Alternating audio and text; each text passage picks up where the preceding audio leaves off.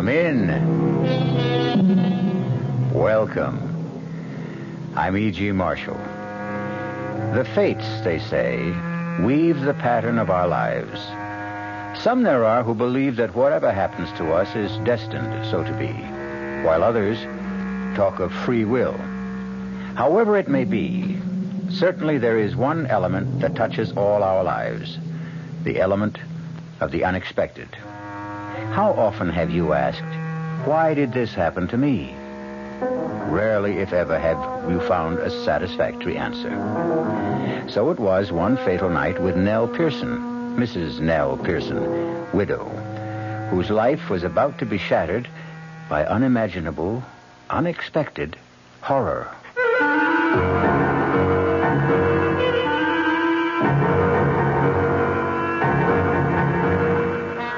Our mystery drama, The Lodger, was written especially for the Mystery Theater by George Lothar and stars Kim Hunter. It is sponsored in part by Buick Motor Division and Anheuser-Busch Incorporated, brewers of Budweiser.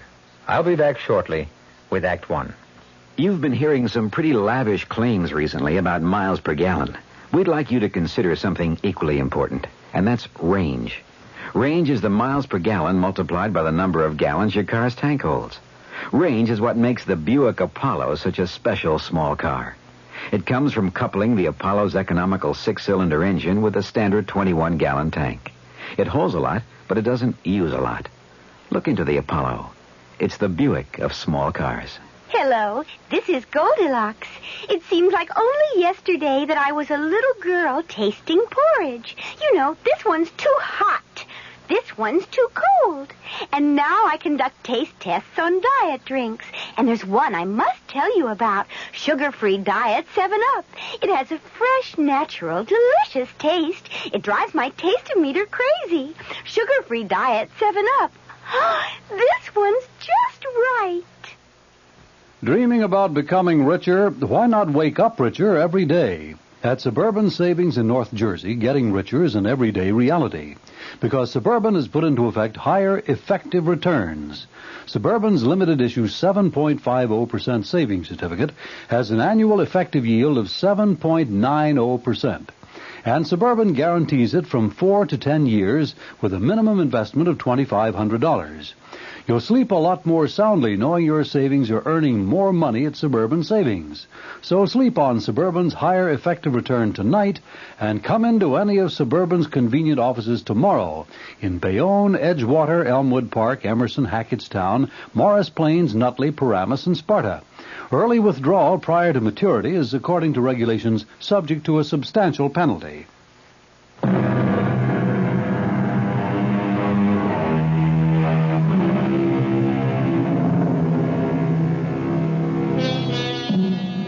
The fates brought unexpected horror that night to Nell Pearson's house on 9th Street, where she rented rooms. Yet one wonders, was it altogether unexpected? Could the frightful things that happened have been avoided had she been more alert, say, more sensitive to warnings of impending tragedy? No matter now. What matters is that earlier that day, in the afternoon, she had no idea that death, in its most grisly form, was shortly to enter her house. Oh, my goodness, Mrs. Pearson. Oh, my goodness. What is it, Miss May? The headlines, look. Ripper strikes again. Oh, good heavens, that's awful, perfectly awful. Read it, Mrs. Pearson, read it. I am. No, out loud. I mean, I want to hear. But you just finished reading. Well, all right. The Ripper claimed another victim last night. Thursday night. He always kills on a Thursday. This time, another attractive widow, Mrs. Henry Dodd. Always a widow, always a widow. Miss Mapes, please. The body, gruesomely slashed and mutilated, was discovered by a neighbor who, hearing Mrs. Dodd's hysterical screams, rushed to her apartment. There she found the comely young widow lying in a pool of blood. Oh. And a message scrawled in red lipstick across one wall Stop me. Please stop me. Excuse me, Miss Pearson. Which windows you want washed first? I don't know, Charlie. You want to get to that today? Well, it's kind of warm out. I thought it'd be a good time to get started on them. Well, you decide, Charlie. Suit yourself. There's been another one, Charlie. Another what, Miss Mapes? Murder by the Ripper. Another widow, like always. You don't say. That makes a fifth, don't it? The fifth in 5 weeks. One a week for the past 5 weeks. And always on a Thursday night between 11 and 12. And always a widow. Oh, I better change my night out. What do you mean, Charlie? Yeah, well, Thursday's my night out, and you're a widow, Miss Pearson. You never know. The police might start putting two and two together. Oh, Charlie, you and your jokes. I don't think that one's particularly funny. I'm sorry, Miss Pearson. I was just funning, that's all. Well, take your fun out on those windows. All right, getting right to it, Miss Pearson. I'm getting right to it. Maybe he wasn't joking, Charlie. Not joking? Well, Thursday is his night out, and you are a widow, and, well, who knows? Oh, Miss Mapes, if I had your imagination... excuse me. Yes? How do you do? My name is Tony Adams. I saw your sign rooms. Wondered if you had a vacancy, maybe. Oh, yes, I do. Won't you come in? Thank you. I have a room on the second floor front. It's very spacious, light, and airy, too. Fine, I'll take it. You haven't even seen it. I've seen you. I don't go with the room, Mr. Adams. Oh, sorry. I meant it as a compliment, not a proposition. I'll show you the room. This way. May I ask your name? Pearson. Mrs. Eleanor Pearson. Nell. You've been in town long, Mr. Adams? Oh, no, a few weeks. I've been staying at a hotel, but, well, I never did like hotel living. Oh, what do you do? Reporter. I'm a reporter on the City Sentinel. Oh, that must be interesting. My husband always said newspaper work must be fascinating. What did he do? The room's this way. Why, he was a riveter. Putting in beams on new skyscrapers. Dangerous work. You've been a widow very long? Oh, it's close to 3 years now that... How do you know I'm a widow? Don't look so surprised. For one thing, you talk about your husband in the past tense, and for another, you're not wearing a wedding ring, and, well, rooming houses are run by widows more often than not. Oh, you're very observant. I'm a reporter, and that's my job. Yes, I suppose it is. Here's the room. Fine, just fine. You haven't seen it. You're not even looking at it. Why look at a room when I can look at you? Mr. Adams, let's get something straight. I've had more than one male boarder make a pass at me, and everyone found himself out on the street in short order, bag and baggage. Now, if you're after a room, fine. But if you're after something else... Ah, come on now, Nell. Mrs. Pearson, if you don't mind. Okay. I've got to get back to the paper. See you later. But you haven't even asked the price. It'll be okay, whatever it is. It's $80 a week, including breakfast and dinner. Whatever you say, Nell, whatever you say. Well, I never. Doesn't look at the room, doesn't care about the price, just drops his top coat on the bed and he's off. Well, I'd better hang his coat in the closet. It'll get all creased. Oh, no, what was that? Fell out of his pocket. Rolled under the bed. Would roll under the bed, of course. Make me get down on my knees and... Why, it's a lipstick. What in the world would he be doing with a lipstick?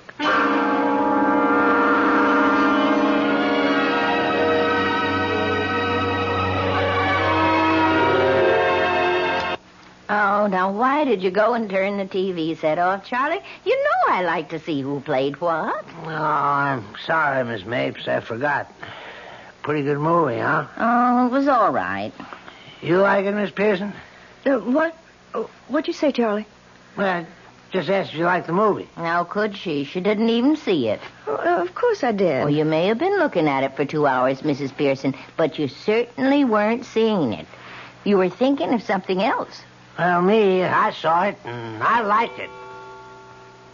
Oh, 10:30. Well, I'm off to bed. Oh, by the way, I finished the window washing today, Miss Pearson. Oh, good. I'm glad they only got to be washed twice a year. It's a big job. It took a whole week. Well, good night. Night. Good night, Charlie. Mrs. Pearson, now I'm not one to pry, but why don't you tell me what's bothering you? Bothering me? Now, you know something is been bothering you since that Mr. Adams arrived. Now, when was it now?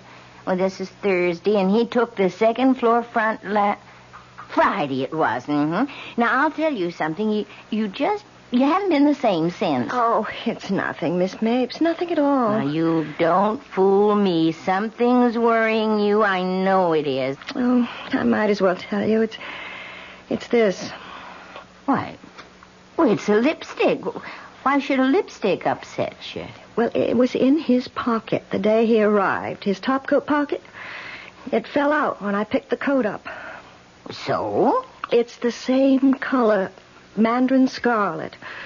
The Ripper uses to scrawl those awful messages with. Oh, and you think... Oh, you don't think he's the Ripper? Oh, no. Of course not. Well, then why the worry?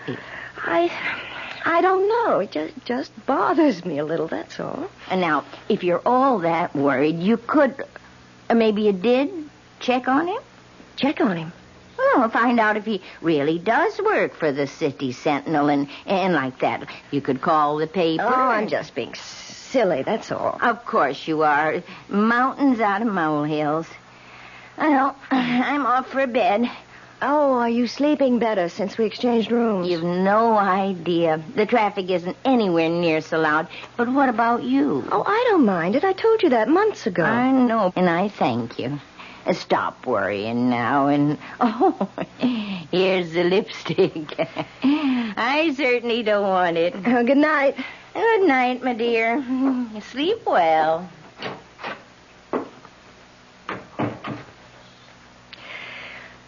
I wonder...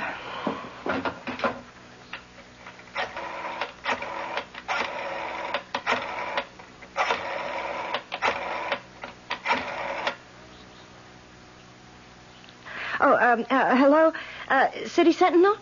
I'd like to speak to Mr. Tony Adams, please. Oh, I see. I wonder if you could tell me, has he been with the Sentinel long? 6 weeks? Thank you very much. 6 weeks. It was just 6 weeks ago on a Thursday. Just 6 weeks ago today that the Ripper... Miss Mapes! Oh, my God! Charlie! Charlie, where are you? Oh, heaven help me, I'll have to go up myself. Miss Mapes! Miss Mapes! Oh, Charlie! Good Lord, Miss Pearson, was that Miss Mapes screaming? Yes. Don't hear nothing now. It came from her room. Oh, Charlie, I don't dare open the door. Yeah, well, I guess I'll have to then. Yeah. Oh, no. Blood. Blood all over. Hey, Miss Mapes, look. No, don't look. Oh, God. It's the work of the Ripper. My Lord, I've never seen no one slashed up so bloody. The mirror. Charlie, look at the mirror. Words scrawled in red. Lipstick. Mandarin scarlet lipstick. Stop me before I kill again. They must stop him. Let's get right down to the living room and phone the police. Yes. The front door at this hour? Aldo. Oh, Mr. Adams. Hello, Charlie. Sorry I bothered you. Forgot my key. Hello, Nell. Oh, excuse me, Mrs. Pearson. I know. Why the stairs? Can't be the first roomer who forgot his key. Mr. Adams. Oh, my Lord, Mr. Adams. What is it? Upstairs. Upstairs what? Oh, never mind. I'll see for myself. The police. Let's call them, Miss Pearson. Miss Pearson. Did you... Charlie, did you... Miss Pearson, what is it? The look on his face when he saw me standing here. Did you see the look on his face? Well, yeah. I couldn't figure why we were staring at him. He couldn't figure out how I could be standing here. Huh? What? She's been killed by the Ripper. Miss Mapes killed by the Ripper, and he always kills widows. Hey. Yeah, come to think of it, that don't make no sense. It does if you remember that we changed rooms. Miss Pearson. Miss Pearson, are you saying that the Ripper mistook Miss Mapes for you? Oh, I'm the only widow in this house, Charlie. Come on, let's call the cops. Yeah, operator, the police. Give me the police. Put that phone down, Charlie. Mr. Adams, what do you... Give me the phone. Charlie, no, the police. Yeah. Hello, this is Give Charlie. me that phone.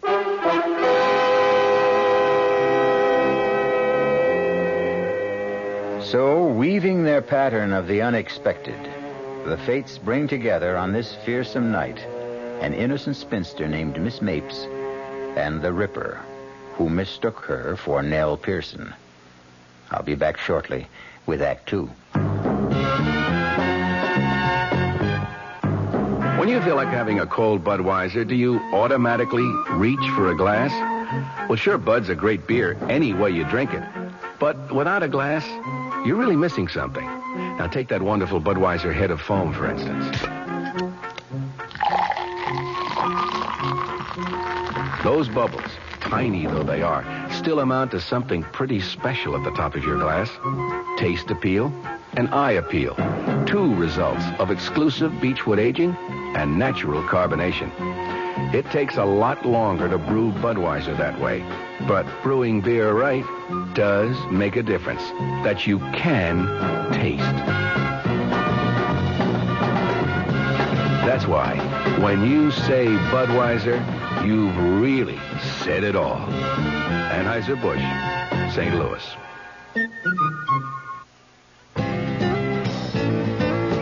Hey, Mom, what's for dinner? Hey, Mom, what you got? Here's ShopRite's suggestion for a delightful cookout dish. Boneless top round or sirloin tip steaks, just $1.69 a pound. Delicious cooked over the coals, just as delicious pan-broiled indoors. For a busy night, here's a quick dinner idea. Freezer Queen family-size frozen casseroles, all varieties except beef, just 99 cents for the 2-pound size at ShopRite. For dessert, Pepperidge Farm layer cake, 17-ounce box, 69 cents in ShopRite's frozen food case. Cooking out or cooking in, ShopRite has the answer. She loves the family. She wants the best. She does all that she can do. She lets ShopRite do the rest. Hey, Ma, what's for dinner? ShopRite has the answer. Guess I ought to call old Blowhard Gildersleeve to tell him about my new radio show. Wait till he hears that his old pal Fibber McGee's got a new radio program. That'll really burn him up, the old goat. When he finds out I'm going to play some great old radio shows like Ed Wynn, Mr. District Attorney, even Bob Hope, old Gildy'll bust a gasket. Fibber McGee in Part 4 of his special program, The Good Old Days of Radio, will be heard tonight at 9 o'clock right here over WOR Radio, the Talk of New York.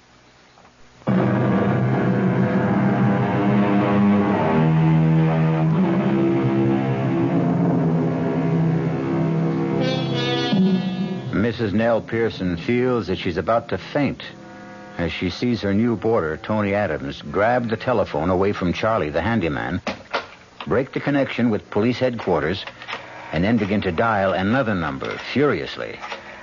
Charlie stands as if turned to stone. Nell grabs the back of a chair for support as... Give me the city desk. Hank, Adams. The Ripper is struck again. Time, 11:15. Place, 129th Street. Rooming house owned by Mrs. Eleanor Pearson, widow. What? No, not her. One of her boarders. Miss Mapes. Well, he must have made a mistake. Hank, I know, but it isn't a widow this time. Now stop talking and take this, will you? In one of the ghastliest, bloodiest murders he's yet committed, the Ripper slashed his sixth victim.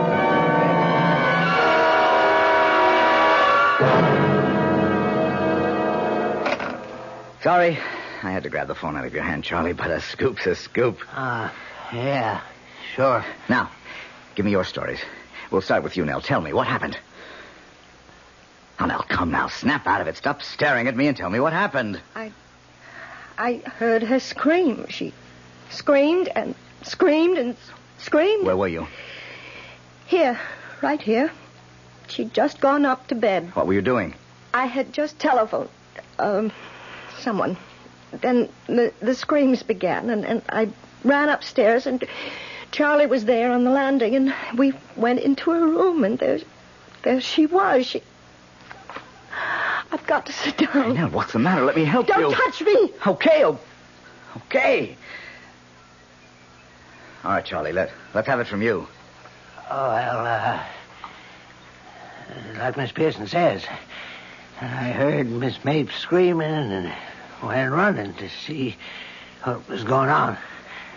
You must have moved fast. Your room is in the basement, isn't it? Oh, well, I wasn't in my room. I was in Miss Pearson's room just across from Miss Mapes. What were you doing in Mrs. Pearson's room? Yes, what were you doing there? Well, you remember when you changed rooms with Miss Mapes a couple of days ago? Yes. And there was that leak in the bathroom when I fixed it? Yes. Right. Just went up to check on it, is all. I didn't know you changed rooms, Nell. No, you didn't, did you? That would account for... Why don't you say it? The Ripper mistook Miss Mapes for me because he didn't know about the change of rooms. You were lucky, Nell. Very. This time. Now, please, Mrs. Pearson, we're here to help you at police headquarters. And I understand why you're worried. It is possible the Ripper mistook Miss Mapes for you. He did.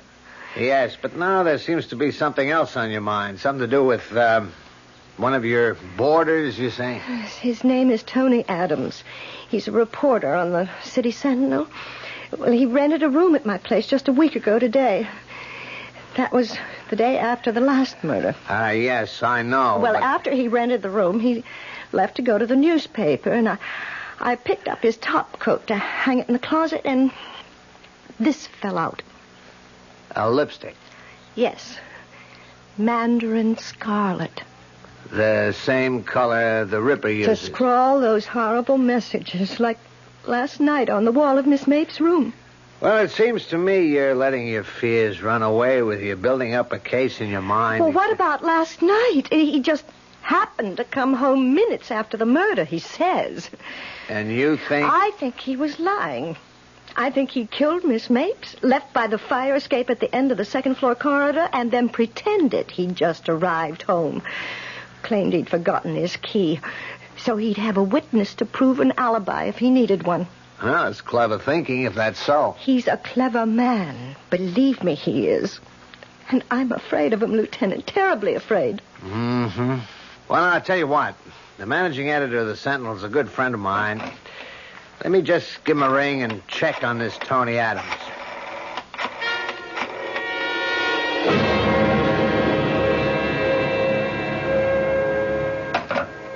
Mm-hmm. What? It's interesting. Your friend, Mr. Adams, was hired away from another paper, a metropolitan daily, because of the record of scoops he'd built up in a little more than a year. Scoops? Oh, that means... He always managed somehow to be on the scene of the crime first. An unusual record. A most unusual record. You think... Oh, I know what you think. He committed the crime so he could get the scoop. No, I didn't say that, Mrs. Pearson. But that's what you're thinking. Well, either he's a remarkable police reporter or he's the Ripper. Lieutenant, I want protection. You've got to protect me. I want a policeman in my house night and day until that Ripper is caught.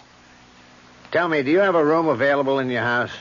Well, there's Miss Mapes' room. Why? Well, look, don't hold me to this. What with one thing and another, we're short-handed right now, but if I sent one of my men to act like he was a boarder... Oh, I'd make room for him. You can be sure of that.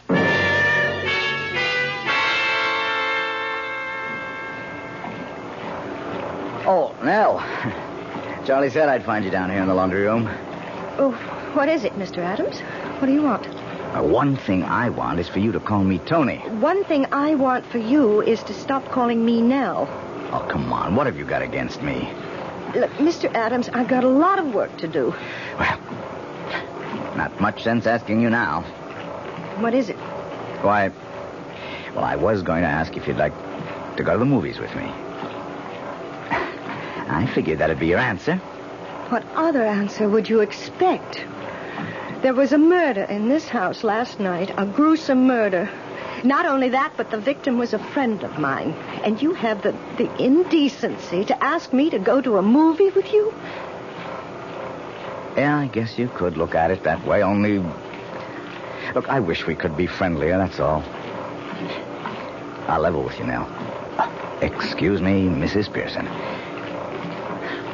I've been thinking of settling down for some time now. So I've been looking around, keeping my eyes open. From the minute they fell on you, Mrs. Pearson. Oh, no, damn it, Nell, listen to me. Take your hands off me.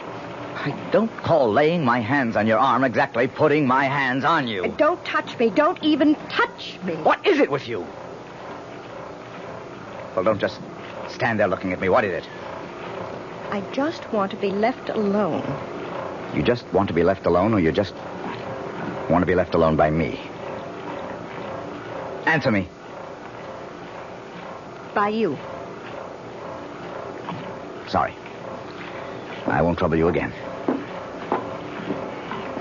Good night. What are you doing there? Charlie. I come down to tell you there's somebody upstairs looking for a room. Man or woman? Man. Oh, well, if you'll excuse me, Mr. Adams. How long were you standing there, Charlie? Me? I just come down. Why? Nothing, Charlie. Nothing.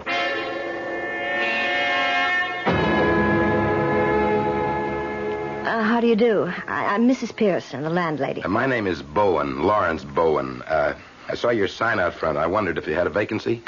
Yes, I do. A bed sitting room. Would you care to see it? If it's not too much trouble. No trouble at all, if you follow me.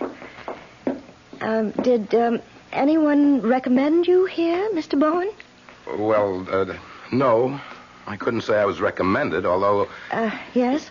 Well, you might say I heard what happened here last night, and well, that's why I'm here.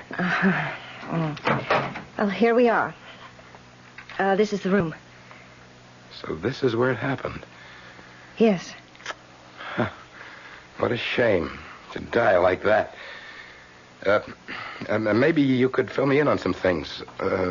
I got a lot from Lieutenant Goldman, but I'd like to hear your side of things. Well, it's like this, Mr. Bowen. Is Mr. all right? Or should I call you Sergeant or something like that? Oh, I better keep it Mister. Oh, I understand. Did Lieutenant Goldman tell you about my finding the lipstick? Yes. Where did you find it? Well, I didn't find it, actually. It fell out of Mr. Adams' pocket. And, of course, when I saw it was Mandarin Scarlet, my suspicions were aroused right then and there. Yeah, same shade of lipstick the Ripper uses to write his messages. You found the lipstick and that aroused your suspicions. In other words, you think he could be the Ripper. I'm practically sure he is. Which is his room? Right there, that front room at the end of the corridor. I'd like to have a look at that. Is he out of the house? Oh, he may be. Though he was downstairs just a little while ago. Wouldn't want him to find me in his room. Maybe you could check and find out. Oh, of course, I'll do that. Now, be careful. Don't say or do anything to make him suspect. Oh, I won't. I won't. Oh, Charlie, where's Mr. Adams? In the sitting room. He said he's going to write some letters. Oh. Was something wrong, Miss Pearson? You act upset. No. I'm not upset. Not in the least. Thank you, Charlie.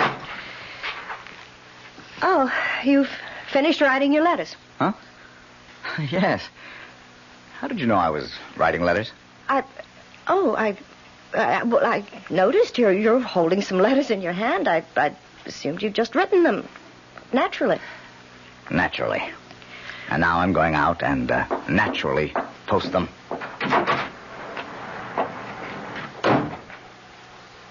Say, what's, that's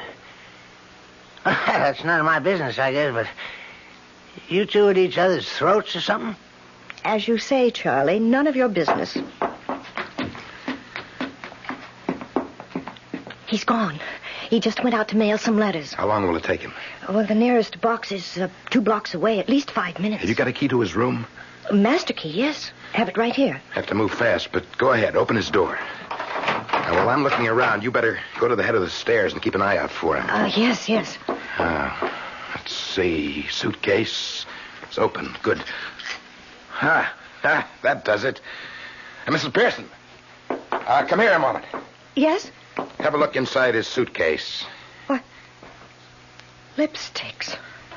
3, 4, 6 of them. And all of them Mandarin Scarlet. Then I was right. You were more than right. You were smack on target. And look here, under these shirts. I got a knife. A long knife. Butcher's knife, Mrs. Pearson. The knife, I'm sure, that was used on all 6 victims. Oh, Lord be with us. What are you going to do? For the moment, nothing. Nothing? You're not going to arrest him? Well, we could arrest him. I don't think we'd be able to hold him. Evidence like this, it's purely circumstantial. When we nail this bird, we want to nail him for good. Oh, I don't know. Maybe you ought to talk to Lieutenant Goldman and get his opinion. I will. You can depend on that. And I'll do it, Mrs. Pearson, not you. Well, I don't understand. If Adams is planning to murder you, he's keeping tabs on you. So don't try to contact the lieutenant in any way. Leave all that to me. Oh, very well, I will. Oh, Mr. Bowen, I can't tell you how glad I am you're here. There's no question about it now. He is the Ripper. He is planning to kill me. Well, he won't. I'll see to that. And that's a promise.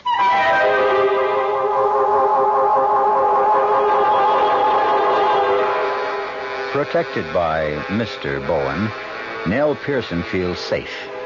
Well, safer than she did. But all too often, the fates are at work, weaving, ever weaving, the unexpected. I'll be back shortly with Act 3. Give your hand to a friend. Give your heart to your love. But give your allergy to contact. Now listen carefully, because this message may surprise you. There is an ingredient that can effectively help block pollen's bad effect on your system. Sneezing, sniffling, drips, itchy, red, watery eyes. It's the antihistamine most prescribed by allergy specialists, and it's an ingredient in Contact. Surprising, yes, but the true wonder of Contact is how our tiny time pills keep this antihistamine working, helping up to 12 hours per capsule, all day, all night. Allergy is our business, too. Give your hand to a friend. Give your heart to your love. But give your allergy to Contact. Take Contact only when needed, only as directed. Introducing the greatest taste to come out of your toaster since Samuel Bath Thomas baked his original English muffins in 1880. Thomas's new onion English muffins. Little bits of real onion blended into Thomas's original English muffin recipe create a tangy taste that makes everything fantastic, like burgers and cream cheese and cold cuts. Even butter tastes better. Thomas's new onion English muffins. The greatest new taste since 1880. Thomas's promises. Hey, Pat, how tall do you think she is? 300 feet if she's an inch, Luigi, and a fine lady she is. The year 1886. While most New Yorkers were enjoying their first look at the Statue of Liberty, a few were enjoying their first taste of Thomas's bread and discovering it was every bit as delicious as Thomas's English muffins. Today, there's still never been a lady to equal the lady, or a bread to equal Thomas's protein, whole wheat, and white bread. Thomas's promises. It's bitter. It's sweet. It's bitter. It's sweet. It's bitter. It's sweet, Marcello. Well, maybe it's a bit sweet, Sophia. On second thought, I love its bitterness. Punte Mes. Is it bitter? Is it sweet? People have been arguing about it since 1786. Punte Mes, a lovely before lunch or dinner drink from Italy. On the rocks or with soda and a slice of orange. Punte Mes, capital P-U-N-T, little e, capital M-E-S. It's bitter. It's sweet. It's bitter. It's sweet. It's bitter. It's sweet. All right, Sophia, it's bitter. No, my darling, let's just say it's bittersweet. Like life, like love, like marriage, Italian style. Punte Mes. Punte Mes. Imported by Caroline Importers Limited, New York, New York.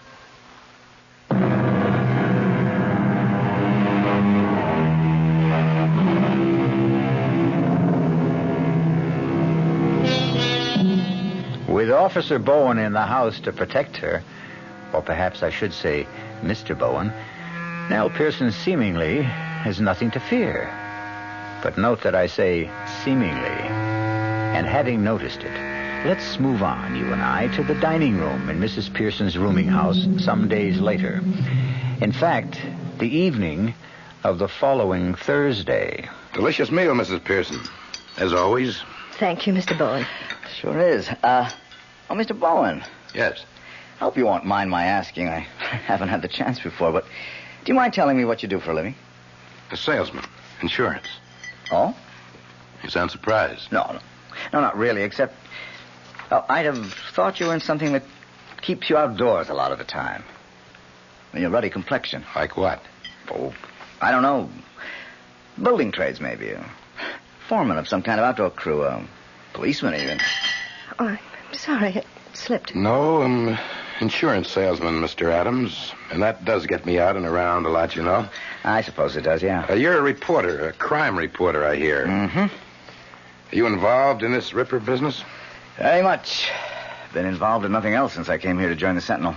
Do you or do the police have any idea what he's like, the kind of man he is? What makes him commit these terrible murders? Well, we do and we don't. Well, what I mean, everything we know is conjecture, theory.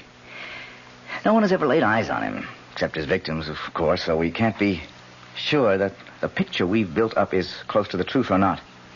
Still, it ought to be fairly accurate as far as it goes. Well, how far does it go? I mean, what is your picture of him? Well, we estimate he's between 5'11" and 6 feet. We get that from the height of his victims and the downward direction of some of the knife thrusts. Must we talk about the Ripper at the dinner table? Oh, I'm sorry, but Mr. Bowen asked. And... Well, there must be something else you can talk about. After all, there has been a murder in this house, and it was the Ripper, and this is Thursday, and the night that he commits these terrible crimes, and... Well, really? Oh, Nell, I am sorry. Me too, Mrs. Pearson. I'm awfully sorry. It's all right. Just stop talking about it. I certainly won't. It is Thursday night, and that means I've got to stake myself out at police headquarters. Want to be right in the scene, is that it? I'm always on the scene, Mr. Bowen. It's my job.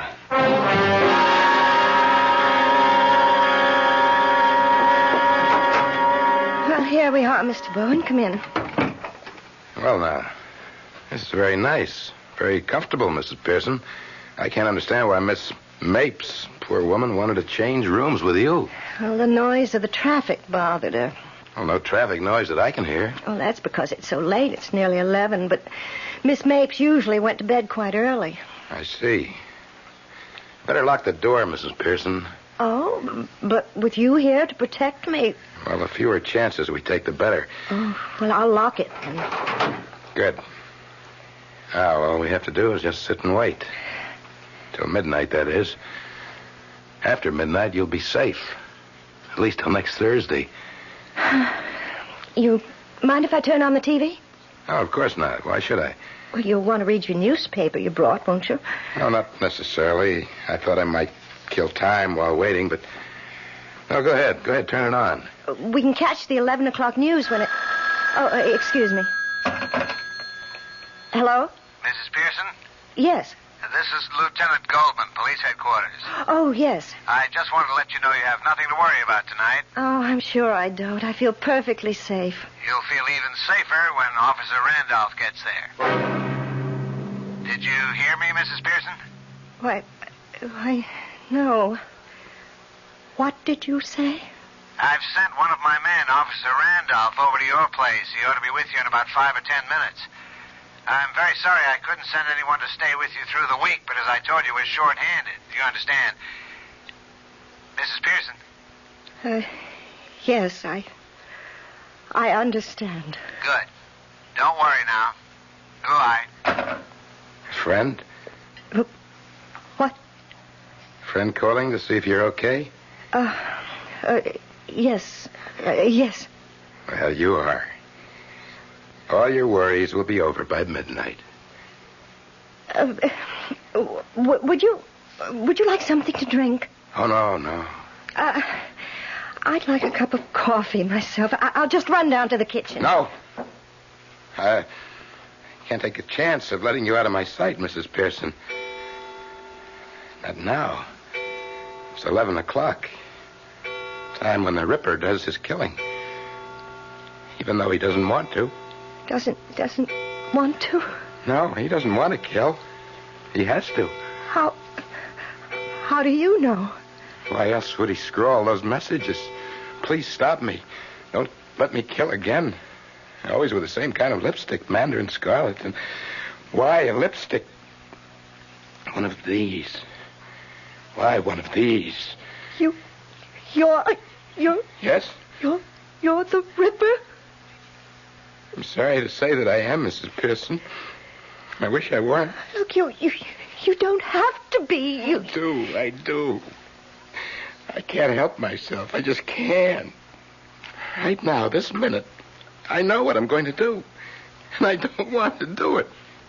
But I know I won't be able to help myself. They must catch me, Mrs. Pearson. They must catch me. They must stop me. They are going to catch you tonight. There's a police officer on his way here now. He'll be at the front door any minute. But you won't be able to admit him. Someone will. Charlie will. I don't see how. What do you mean you don't see how? He'll ring the front doorbell and keep ringing until someone answers. No one will hear the doorbell, Mrs. Pearson. I disconnected it. The newspaper you brought. Not to read. To carry this. The knife. The butcher knife. Oh, heaven help me. Heaven help me.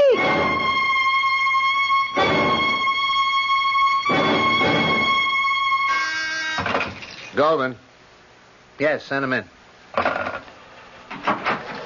Come in, Adams. Got a message you wanted to see me when I came in. Yeah. Coffee? Never turn it down. I just wanted to let you know I assigned a man to stay with Mrs. Pearson between 11 and midnight, and another hour or so after that, just to be sure. Thanks a heap, Lieutenant. I appreciate that. I think you're more worried about her than she was about herself. Well, to tell you the truth, I'd have stayed with her myself if I didn't have to cover headquarters. And if she'd have let me. Let you? For some reason or other, she won't have anything to do with me. Me, I go for her. She turns me on, you know what I mean?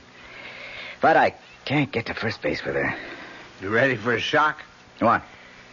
I didn't tell you this before because I didn't get the chance. Too damn busy with one thing and another, including putting a check on you. I don't get you. I had you checked out up and down and sideways because, well, you're not going to believe this. Mrs. Pearson was convinced you were the Ripper. Nell Pearson thought I... Hey, excuse me. Goldman. No one answers. Well, that doesn't make any sense. She's there. I talked with her on the phone 10 minutes ago. Tell him to try again. And tell him to make sure he's got the right house. These rookies. What? The guy I sent over to stay with Mrs. Pearson says nobody answers the doorbell. Not out of order, is it? Well, I know. I've got a key. Maybe he went to the wrong house. Yeah, maybe. Look, you don't know what you're saying. I never tricked you. Oh, yes, you did. You say you changed rooms with that Miss Mace because she wanted to. But what you were doing was tricking me, that's what. You're all alike, you widows. Vile, vile, vile. Please believe me. Believe you? Believe a widow? Never again, never again. I believed one. I married her, but never again. You know what the Chinese say? Fool me once, shame on you. Fool me twice, shame on me. I learned that from her. She was nuts about everything Chinese. Pagodas all over the house, Chinese screens, parading around. She was always parading around with dresses slit up to here, up to here. Even her lipstick. This Mandarin scarlet. Listen to me. But I paid her back for what she did to me. I paid her back that night. That Thursday night, when I came home unexpectedly and found her and him.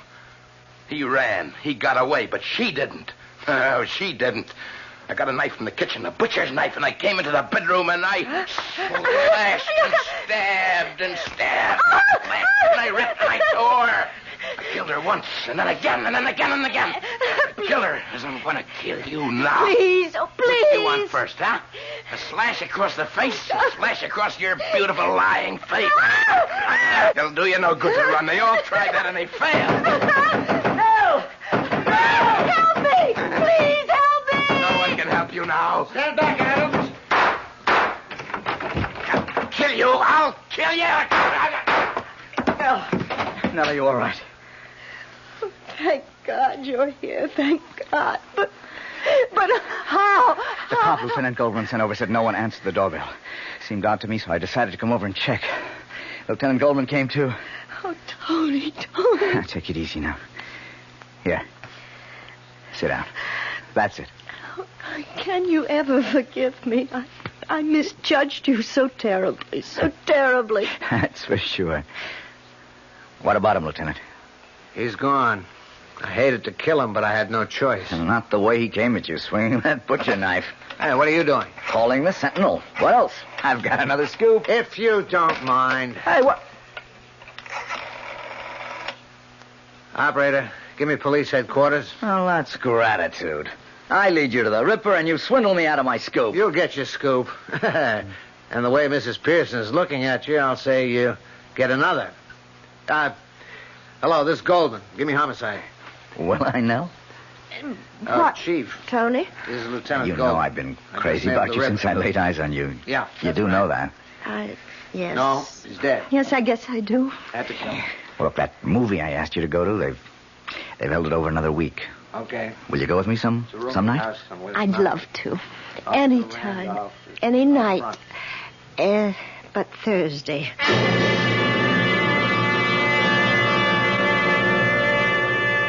Weaving and spinning, the fates create the warp and woof of our lives. And always through the pattern runs the scarlet thread of the unexpected. Sometimes for good, sometimes for evil. And make no mistake, as the unexpected awaited Nell Pearson, so it awaits you. Great taste in the morning. Kellogg's has that wholesome taste to get you up and grinning. This is Jerry Coffer for Kellogg's Special K. We've been having some fun in our television and radio commercials by using a ball and chain to symbolize the slight overweight problem common to so many of us. We point out that being a few pounds overweight is just a little more difficult for you. Climbing stairs, just walking around, even sitting down can feel, well, like you're wearing a ball and chain.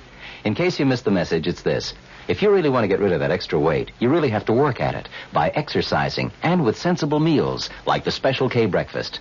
A 1-ounce bowl of Special K, America's favorite high-protein cereal, 4 ounces of skim milk, tomato juice, and coffee. Less than 240 calories. Nutritious and, by the way, delicious. So why not begin each day with a Special K breakfast and then keep up the good work? Special K can't help you lose weight all by itself, but it really is a good start. Hi, Ms.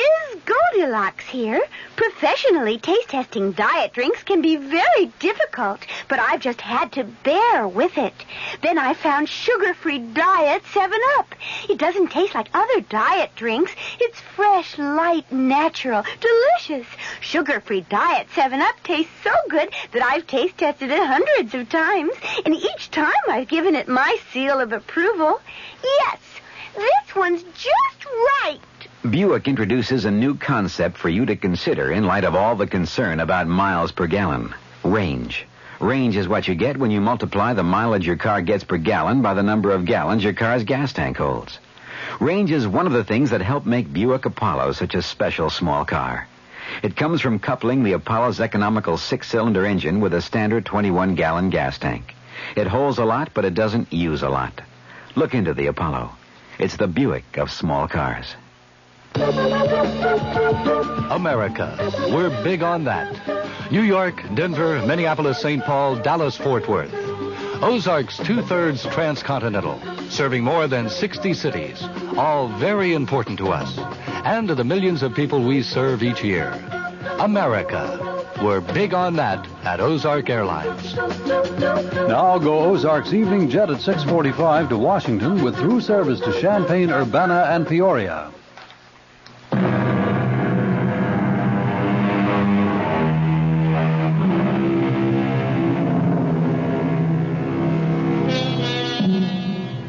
I'm sure you'll want to know that Nell and Tony are married now.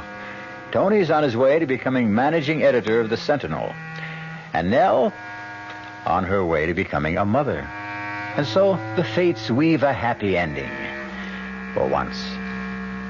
Our cast included Kim Hunter, Michael Wager, Robert Dryden, Mary Jane Higby, and Joe Julian. The entire production was under the direction of Hyman Brown. Radio Mystery Theater was sponsored in part by the Kellogg Company, makers of Kellogg's Special K cereal, new sugar-free diet 7-Up, and Contac, the 12-hour allergy capsule.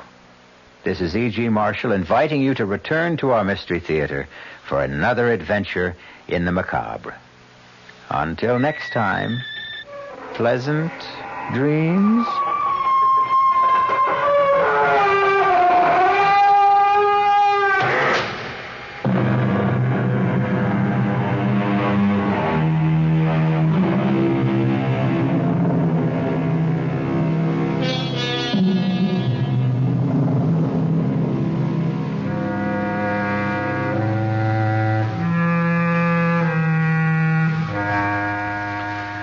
The WR Mystery Theater has been brought to you by ShopRite Supermarkets, where you get a lot more for a little less, and by Suburban Savings, with offices throughout North Jersey.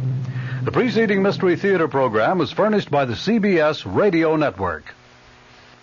At this moment in time, Jason, I'm a very friendly ghost with warm feelings toward you. Because you're going to do me a favor, Jason. You are going to kill my wife. Did you hear me, Jason? I said you were going to kill Claire. I heard you, and I say you're a murderer. I'm not a murderer. You will kill her, Jason, because this is just a sample of what can happen to you when my feelings become unfriendly. And that's our Mystery Theater program for tomorrow night. Be sure to tune in. Boy, if the old-timer Horatio K. Boomer and Wally Wimple could see me now. Fibber McGee back on the radio right here from 79 Westville Vista with a brand-new program where I'm going to bring back the great old radio shows from way back. Shows like Mr. Keene, Lum and Abner. Well, I guess I ought to get this place straightened up a bit, though. Where's that vacuum? Oh, I left it in the hall closet. Look.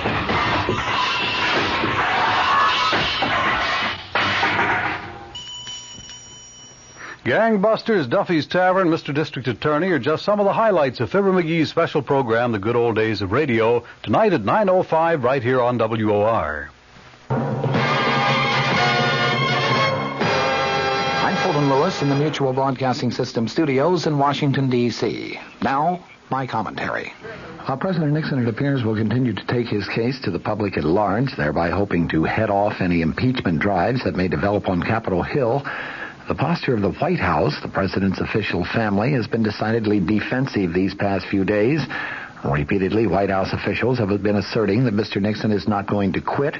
Those assertions being, of course, in response to calls from a growing number of congressional Republicans for the president's resignation. When charges of a specific nature have been leveled at Mr. Nixon, they have been answered promptly and firmly. Just today, for example, the White House charged that there has been, in its words, a concerted effort by some sources to circulate fallacious reports that the president has used ethnic slurs in private conversations. Deputy Press Secretary Gerald Warren agreed with White House lawyer J. Fred Bushart's assertion yesterday that attempts are being made to try to poison the public's minds by charging that the slurs were deleted from the recently released Watergate transcripts. Warren today commented, "We have been aware for some time of a concerted effort by some sources, whoever they are, to get this fallacious story into print." He added that several newsmen have received reports on the alleged slurs and that it was, in Warren's words, clear to us that there was a concerted effort to get this into print, and it finally succeeded. He was referring to a story that was published Sunday in the New York Times. Publication of the charges, Warren contended, demonstrates the vindictiveness of some people that we have seen developing over the past few months, trying to discredit the president in any way possible.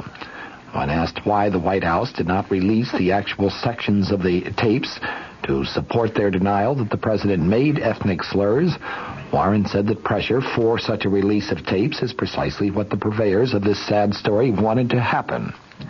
Incidentally, my own White House sources, people who have been very, very close to the president for many years, insist that it is not only unlikely but almost inconceivable that Mr. Nixon would be guilty of making the comments which have been assessed to him by the New York Times. As one White House aide put it, the words, the references, I don't believe are even part of the president's vocabulary. His choice of language might get a little rough at times, but ethnic or religious or racial references are never incorporated into that roughness. That assessment, I might add, is very much in line with my own knowledge of Mr. Nixon, which dates back also many years. The proof of the pudding is in the eating. The proof of this pudding could well come when Peter Rodino, the chairman of the House Judiciary Committee, and Representative Hutchinson, the ranking Republican member, accept the